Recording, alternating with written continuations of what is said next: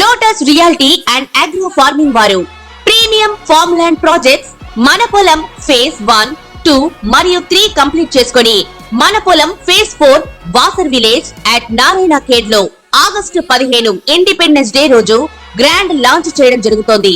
Launching మరియు independence day సందర్భంగా 5 guntas land out rate లో బుక్ చేసుకున్న వారికి 1,50,000 రూపాయల డిస్కౌంట్ తో పాటు 2 గ్రాముల గోల్డ్ ఫ్రీగా ఇస్తున్నారు. పూర్తి వివరాలకు సంప్రదించండి. నమస్కారం అందరికీ. ఇవాళ మనతో పాటు మన స్టూడెంట్ డాక్టర్ ఆర్బీ సుధా గారు ఉన్నారు, life coacher and celebrity astrologer.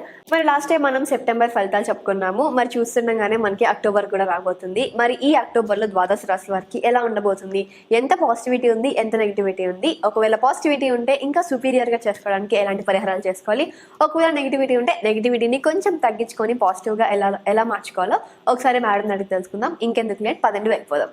నమస్కారం మేడం. నమస్కారం. మరి ఈ అక్టోబర్ నెలలో ద్వాదశ రాశి వారికి ఎలా ఉండబోతుందో ఒకసారి వివరించండి. తప్పక. ఫస్ట్ అక్టోబర్ మాస ఫలితాలు చెప్పుకోవాలంటే ఫస్ట్ గోచారం అనేది మాట్లాడుకోవాలి. సో ఎక్కడెక్కడ ఏమేమి గ్రహాలు ఉన్నాయని ఫస్ట్ మాట్లాడుకుందాము. మనకి రాహు ఏమో మీనంలో ఉన్నారు, కేతు ఏమో మనకి కన్యలో ఉన్నారు, అలాగే శని ఏమో కుంభంలో ఉన్నారు కానీ రిట్రోగ్రేడ్ లో ఉన్నారు అనమాట. అలాగే మనకి గురువు ఏమో వృషభంలో ఉన్నారు, ఆయన కూడా రిట్రోగ్రేడ్ ఈ నెల 9వ తారీఖు అవుతోంది. అలాగే ప్రస్తుతం మార్స్ అంటే కుజుడేమో మనకి మిథునంలో ఉన్నారు, ఆయనేమో 20th అక్టోబర్కి ఏమో మనకి కిందకి దిగుతున్నారు, అంటే నీచ స్థితికి వస్తున్నారు. మనం ఆల్రెడీ కుజ స్తంభన గురించి మాట్లాడున్నాం అనమాట. సో ఇంకోటి ఏంటంటే మనకి sun most important planet and also ఏంటంటే మోస్ట్ షైనింగ్ ప్లానెట్ అంటూ ఉంటాం కదా, మనకి పవర్ ఇచ్చే ప్లానెట్ అని చెప్తాము. ఆయన కూడా ఏంటంటే ప్రస్తుతం మనకి కన్యలో ఉన్నారు, ఆయనేమో తులాకి 17th అక్టోబర్కి వెళ్తున్నారు అనమాట. అలాగే బుధుడు ఎక్సాల్టేషన్ లో ఉన్నారు, ఎక్కడ కన్యలో ఉన్నారనమాట. కేతుతో పాటు ఉన్నారు, కేతు సన్ బుధ మనకి కన్యలో ఉన్నారు స్టార్టింగ్ ఆఫ్ దిస్ మంత్. బుధుడు కూడా ఏంటంటే 10th అక్టోబర్ కి మనకి తులాకు వస్తున్నారు. అలాగే తులలో ఏంటంటే మనకి శుక్రాచార్య ఉన్నారు, శుక్రుడు ఉన్నారనమాట. ఆయన ఏంటంటే 13 అక్టోబర్ వృశ్చికానికి వెళ్తున్నారు అనమాట. ఇవి గ్రహస్థితులు. సో ఇప్పుడు మన ద్వాదశ రాశులకి ఎలా ఉన్నాయో మనం మాట్లాడుకుందాం.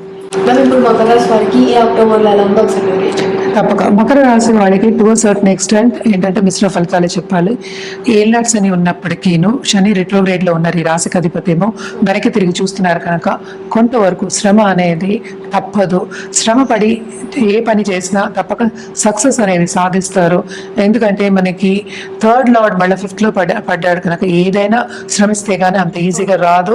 అండ్ ఆల్సో మనం చూస్తున్నాం ఏంటంటే జూపిటర్ రిట్రోగ్రేడ్ లో ఉన్నారు అండ్ 4th హౌస్ ఇక్కడ చూస్తున్నారు కనుక కొంచెం కంఫర్ట్ లెవెల్ అంటే ఏంటంటే ఇప్పటి వరకు నేను బాగా చేస్తున్నాను అని ధీమాగా ఉన్న వాళ్ళకి కూడా కొంతవరకు ప్రాబ్లమ్స్ అనేవి వస్తాయి. అంటే ఏంటి, వాళ్ళు చేసే పనిలో కెరియర్ విషయంలో ఆబ్స్టికల్స్ అనేవి తప్పదన్నమాట. అలాగే మనం చూసాము అంటే దాంపత్య జీవితంలో first half of this month బాగానే ఉంటుంది కానీ మనకి నీచ పడుతున్నాడు, స్తంభిస్తున్నాడు మనకి మార్స్. సో కొంత ప్రాబ్లమ్స్ అనేవి, డిసగ్రిమెంట్స్ అనేవి, విభేదాలు అనేవి, ఎస్పెషలీ నాట్ ఓన్లీ దాంపత్య జీవితం. సో ఈ రాశిలో ఉన్న వాళ్ళకి towards end of this month కొంతవరకు ఎడబాటు అనేది దాంపత్య జీవితంలో అండ్ ఆల్సో ఇంటర్పర్సనల్ రిలేషన్షిప్ లో కొన్ని ప్రాబ్లమ్స్ వచ్చే ఛాన్సెస్ ఎక్కువ కనిపిస్తున్నాయి అన్నమాట. సో తప్పక వీళ్ళు పరిహారం చేయవలసిందే, నిత్యం చేయవలసిందే అన్నమాట. మనకి 2nd హౌస్ లో కుంభశని. సో సడన్ గా ఆయన ఏం చేస్తాడంటే డబ్బు ఇస్తాడు, అంటే మన అనుకున్న దానికన్నా ఎక్కువ డబ్బు ఇచ్చే ఛాన్సెస్ ఉన్నాయన్నమాట. అలాగే వీళ్ళకి ఏంటంటే 3rd రాహు ఉన్నారు కనుక తప్పక వీళ్ళకి కరేజ్ అనేది ఎక్కువ అవుతుంది. అంటే ఏంటి, చేసే పనిలో వీళ్ళు నేను చేయగలను అనేది సెల్ఫ్ కాన్ఫిడెన్స్ కూడా ఎక్కువ అవుతుంది. అలాగే మనం చూసాము అంటే తోబుట్టువులతోటి వీనికి సన్నిహితంగా ఉండడం కానీ, వాళ్ళతో కలయిక ఉండడం కానీ, ముందుకు వెళ్ళడం కానీ తప్పక ఉంటుంది. అలాగే బాగుంటుంది. అండ్ ఆల్సో ఎక్స్టెండెడ్ ఫ్యామిలీ అనుకుందాం కాసేపు, కజిన్స్ వాళ్ళందరూ కలయిక ఉంటుంది, వాళ్ళతో హ్యాపీగా ఉండే ఒక మంత్ అని చెప్పుకోవాలి. అందుకనే మిశ్రమ ఫలితాలు అని చెప్పాం అనమాట. అండ్ మనం చూసాము అంటే సో 9th లార్డ్ యాక్చువల్గా first half of this month ఏంటంటే ఆయన ఎగ్జాల్టేషన్ పొజిషన్లో ఉన్నారనమాట బుధుడు. సో చాలా మంచి ఇది భాగ్యం అనేది డెవలప్ అయింది. అందుకని ఏంటంటే first half of this month వీళ్ళకి చాలా బాగుంది. Second half of this month కొంచెం జాగ్రత్త పడాలి అని చెప్తున్నాం. ఎస్పెషలీ వీళ్ళు ఏంటంటే హెల్త్ విషయంలో జాగ్రత్త పడాలి.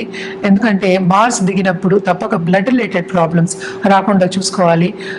అప్పుడప్పుడు ఏదైనా నలతగా ఉంటే కూడా డాక్టర్ దగ్గరికి వెళ్ళి వాళ్ళ సలహా తీసుకోవడం అనేది సూచన అనమాట. తప్పక తీసుకోవాలి, అప్పుడే బాగుంటుంది. అండ్ ఆల్సో ఏంటంటే ఈ రాశిలో ఉన్న స్టూడెంట్స్కి ఎస్పెషలీ మనం చెప్పుకోవాల్సింది ఏంటంటే తప్పక వీళ్ళు పై చదువులకి వెళ్ళాలి అంటే సాధిస్తారు, సక్సెస్ సాధిస్తారు అనే చెప్పాలి. శ్రమ చాలా చాలా విపరీతంగా ఉంది ఈ రాశి వాళ్ళకి ఎస్పెషలీ. సో జాగ్రత్తగా శ్రమ పడుతూ సక్సెస్ సాధించడం అనేది very important. And remedial measures ఏంటంటే కంటిన్యూస్గా చేసుకుంటే వీళ్ళకి చాలా చాలా మంచిదన్నమాట. అండ్ మనం చూసాము అంటే 3rd lord and 12th lord కూడా మనకి అంత మంచి పొజిషన్లో లేరు.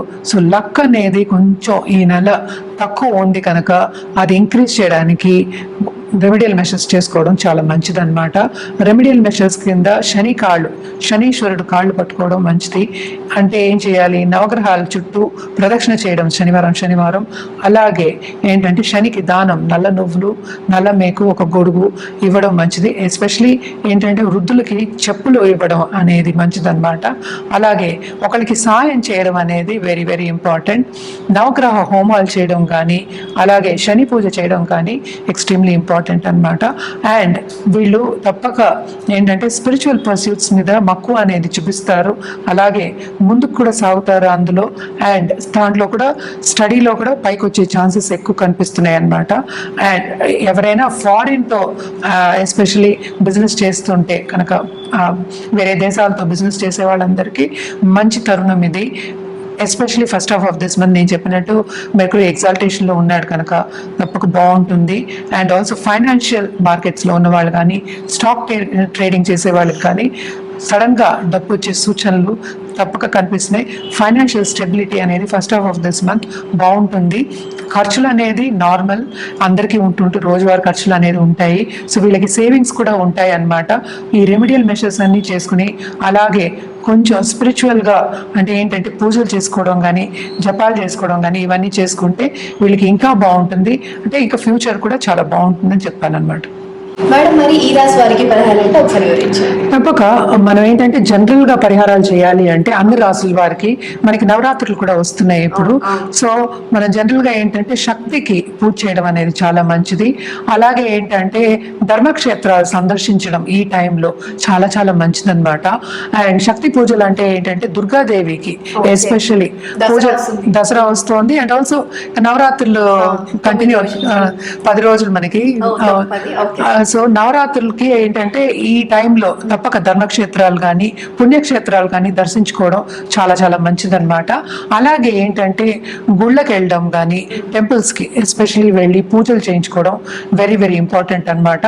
అంటే ఏంటి మనకి దుర్గాదేవికి ఎప్పటికైనా సరే, ఎందుకంటే ఎప్పుడు మనం ద్వాదశ రాశులకి మిశ్రమ ఫలితాలు చెప్పుకుంటాం. కొంతమందికి బాగుంటుంది, కొంతమందికి బాగుండదు కనుక ఎప్పటికైనా ఉగ్ర రూపానికి మనం పూజ చేసుకుంటే తప్పక, అంటే దుర్గాదేవి అంటే కొంచెం ఉగ్ర రూపానికి పూజ చేసుకుంటే చాలా చాలా మంచిది. Especially on Tuesdays and Fridays అన్ని రోజులు చేయొచ్చు, నిత్యం పూజ చేయొచ్చు, ఎవరు వద్దంటలేదు. తప్పక చేయడం అనేది చాలా చాలా మంచిదన్నమాట. ఎందుకంటే మనం కుజస్తంభన గురించి కూడా మాట్లాడుకున్నాం. కుజుడు అనేది ఏంటంటే చాలా ఇబ్బంది పెడతాడనమాట 2 విషయాల్లో. ఒకటేమో ఏంటంటే కరేజ్ లేకుండా, అంటే అన్ని స్తంభించిపోతాయి, అంటే తొందరగా పని చేయలేకపోతాము, అదొకటి. ఇంకోటి ఏంటంటే మనకి దాంపత్య జీవితం, ఇంటర్ పర్సనల్ రిలేషన్షిప్ లో కూడా ఇది జరుగుతోంది. సో ఆల్మోస్ట్ 8 నెలల వరకు మనకు కుజస్తంభన ఉంది. ఎవరికైనా కావాలంటే వెనక్కి వెళ్ళి మనకి కుజస్తంభన గురించి వీడియోస్ చూసుకోవచ్చు. ఈ దానికి ఎస్పెషలీ మనం దుర్గాదేవికి ఎర్ర పువ్వులతో పూజ చేయడం అనేది వెరీ ఇంపార్టెంట్ అన్నమాట. అలాగే ఏంటంటే శక్తి పీఠాన్ని దర్శించుకోవచ్చు, చాలా చాలా బాగుంటుంది. అలాగే ఎవరు స్థితిగతుల్ని బట్టి చేసుకోవాలి అంటే తప్పక దేవి నవరాత్రుల్లో దేవి హోమాలు చేయడం చాలా మంచిదన్నమాట. అలాగే నవగ్రహ హోమాలు చేయడం కూడా చాలా మంచిది.